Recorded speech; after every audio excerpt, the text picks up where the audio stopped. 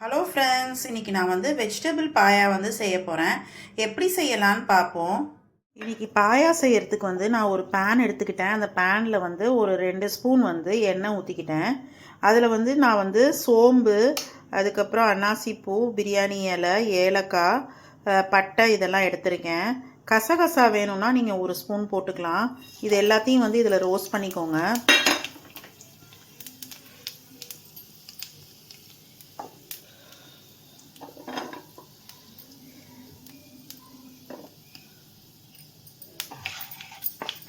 Roast பண்ணிவிட்டு இப்போ வந்து நான் வெங்காயம் வந்துட்டு நான் ஒரு 10 பல் வெங்காயம் வந்து சின்ன வெங்காயம் எடுத்திருக்கேன்.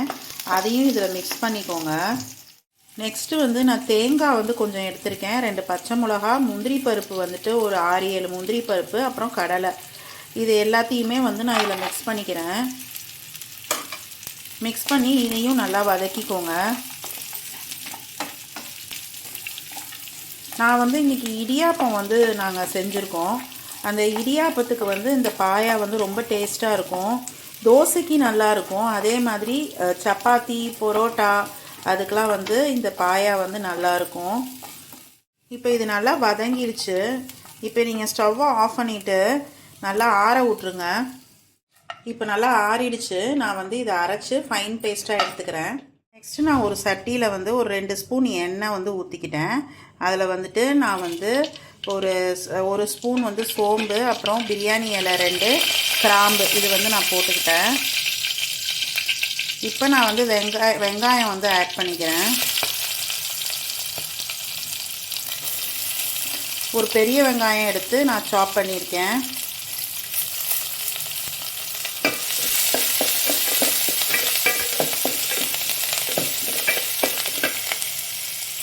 நெக்ஸ்ட்டு ஒரு தக்காளி எடுத்திருக்கேன். தக்காளி மிக்ஸ் பண்ணிக்கிறேன்.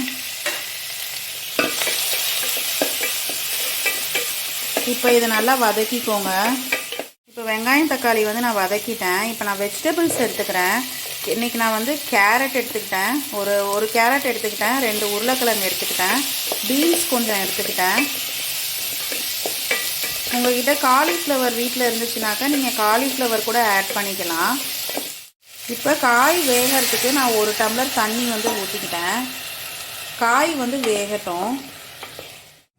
இப்போ காய் வந்து வெந்துட்டுருக்கையில் நம்ம என்ன பண்ணணும்னா தேவையான அளவு வந்து உப்பு போட்டுக்கலாம் நம்ம.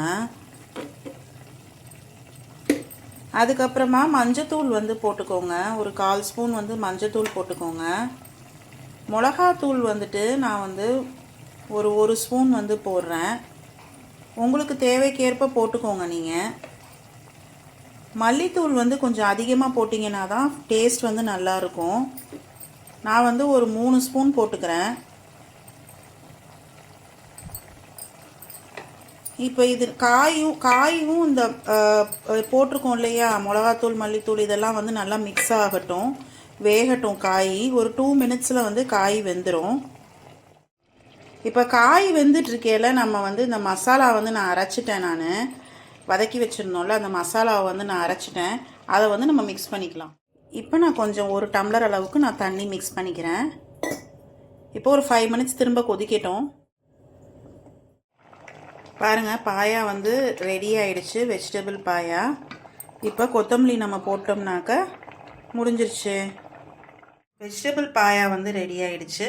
நீங்களும் உங்கள் வீட்டில் வந்து ட்ரை பண்ணி பாருங்கள். உங்களுக்கு இந்த வீடியோ பிடிச்சிருந்துச்சுன்னா லைக் பண்ணுங்கள், கமெண்ட் பண்ணுங்கள், ஷேர் பண்ணுங்கள், சப்ஸ்கிரைப் பண்ணுங்கள். தேங்க்யூ.